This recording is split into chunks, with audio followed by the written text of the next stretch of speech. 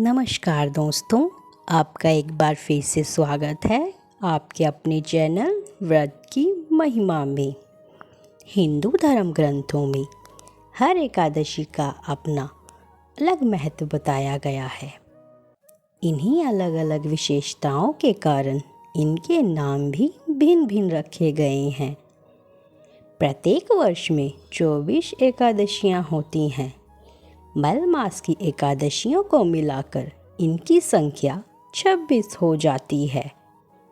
इन्हीं एकादशियों में एक एकादशी आषाढ़ मास के कृष्ण पक्ष की एकादशी, जिसे योगिनी एकादशी कहते हैं। योगिनी एकादशी का उपवास रखने से समस्त पापों का नाश होता है तथा इस लोक में भोग और परलोक में मुक्ति भी मिलती है। आइए जानते हैं योगिनी एकादशी व्रत कथा। महाभारत काल की बात है कि एक बार धर्मराज युधिष्ठिर ने भगवान श्री कृष्ण से कहा, हे त्रिलोकीनाथ, मैंने ज्येष्ठ माह के शुक्ल पक्ष की निर्जला एकादशी की कथा सुनी। अब आप कृपा करके आषाढ़ माह के कृष्ण पक्ष की एकादशी की कथा सुनाइए। इस एकादशी का नाम तथा महत्व बताइए। श्री कृष्ण ने कहा, हे पांडुपुत्र, आषाढ़ माह के कृष्ण पक्ष की एकादशी का नाम योगिनी एकादशी है। इसके व्रत से सभी पाप नष्ट हो जाते हैं।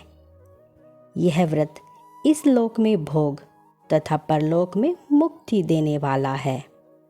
हे धर्मराज, यह एकादशी तीनों लोकों में प्रसिद्ध है। इसके व्रत से सभी पाप नष्ट हो जाते हैं। तुम्हें मैं पुराण में कही हुई कथा सुनाता हूँ। ध्यानपूर्वक श्रवण करो। कुबेर नाम का एक राजा अलकापुरी नाम की नगरी में राज करता था। वह शिव भक्त था। उसका हेममाली नाम का एक यक्ष सेवक था जो पूजा के लिए फूल लाया करता था। हेममाली की विशालाक्षी नाम की अति सुंदर स्त्री थी। एक दिन वह मानसरोवर से पुष्प लेकर आया, किंतु कामास्थ होने के कारण पुष्पों को रखकर अपनी स्त्री के साथ रमण करने लगा। इस भोग विलास में दोपहर हो गई। हेममाली की राह देखते देखते जब राजा कुबेर को दोपहर हो गई तो उसने क्रोधपूर्वक अपने सेवकों को आज्ञा दी कि तुम लोग जाकर पता लगाओ कि हेममाली अभी तक पुष्प लेकर क्यों नहीं आया।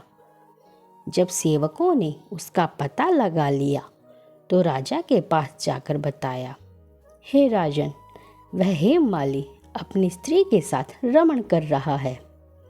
इस बात को सुनकर राजा कुबेर ने हेममाली को बुलाने की आज्ञा दी। डर से कांपता हुआ हेममाली राजा के सामने उपस्थित हुआ। उसे देखकर कुबेर को अत्यंत क्रोध आया और उन्होंने कहा, अरे अधर्मी, तूने मेरे परम पूजनीय देवों के देव भगवान शिव जी का अपमान किया है। मैं तुझे श्राप देता हूँ कि तू स्त्री के वियोग में तड़पे और मृत्युलोक में जाकर कोढ़ी का जीवन व्यतीत करे। कुबेर के श्राप से वह स्वर्ग से पृथ्वी पर आ गिरा और कोढ़ी हो गया। उसकी स्त्री भी उससे बिछड़ गई। मृत्युलोक में जाकर उसने अनेक भयंकर कष्ट भोगे, किंतु शिव की कृपा से उसकी बुद्धि मलिन न हुई और उसे पूर्व जन्म की भी सुध रही। अनेक कष्टों को भोगता हुआ तथा अपने पूर्व जन्म के कुकर्मों को याद करता हुआ वह हिमालय पर्वत की तरफ चल पड़ा। चलते चलते वह मार्कंडेय ऋषि के आश्रम में पहुंचा। वह ऋषि अत्यंत वृद्ध तपस्वी थे।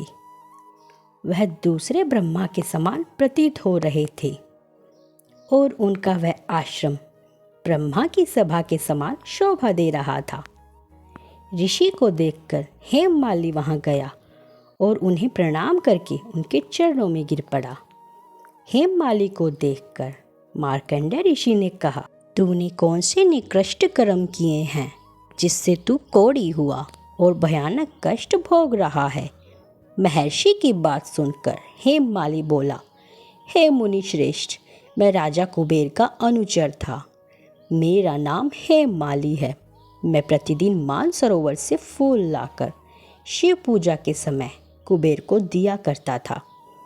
एक दिन पत्नी सहवास के सुख में फंस जाने के कारण मुझे समय का ज्ञान ही नहीं रहा और दोपहर तक पुष्प न पहुंचा सका।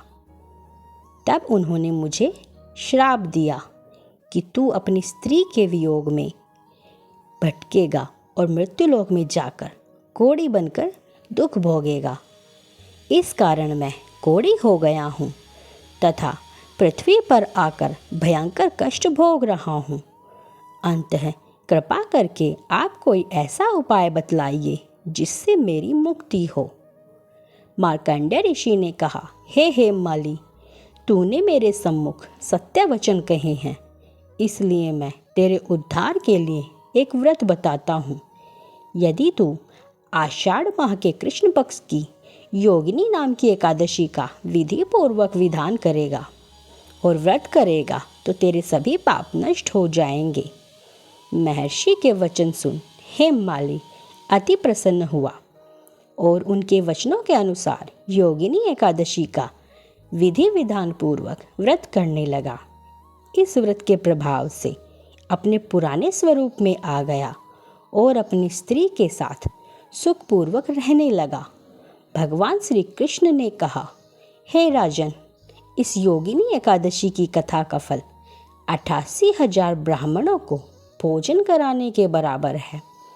इसके व्रत से सभी पाप नष्ट हो जाते हैं और अंत में मोक्ष प्राप्त करके प्राणी स्वर्ग का अधिकारी बनता है। धन्यवाद।